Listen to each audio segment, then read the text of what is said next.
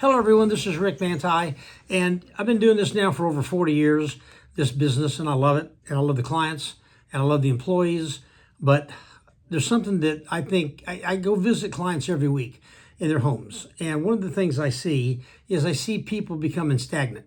They retire, they stay home, they don't go nowhere, they don't do nothing, they go to the beach, they go to the mountains or something like that, but I mean, they get in a rut.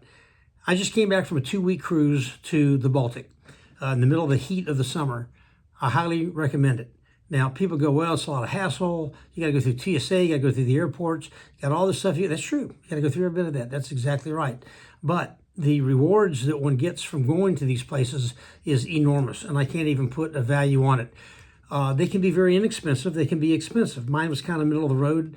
If you shop and you look around and you compare and you do a lot of the tricks, a lot of the things that you can do, you pay for a cruise through American Express.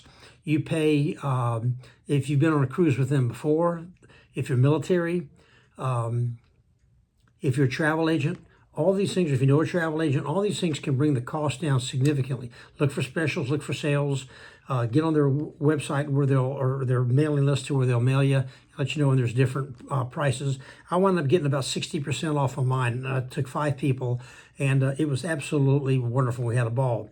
Now, we started off the first day in London. And always, when you go anywhere, always get there early. Don't ever show up the day that the cruise starts, because you're going to be tired, you're going to be delirious. If the plane's delayed or anything happens, that ship's sailing. And guess what? Now you're going to play catch up.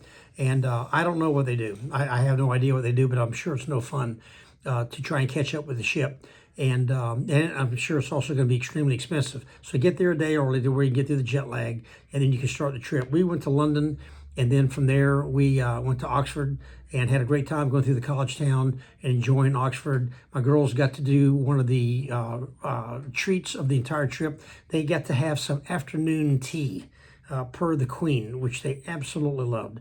And we got pictures of that.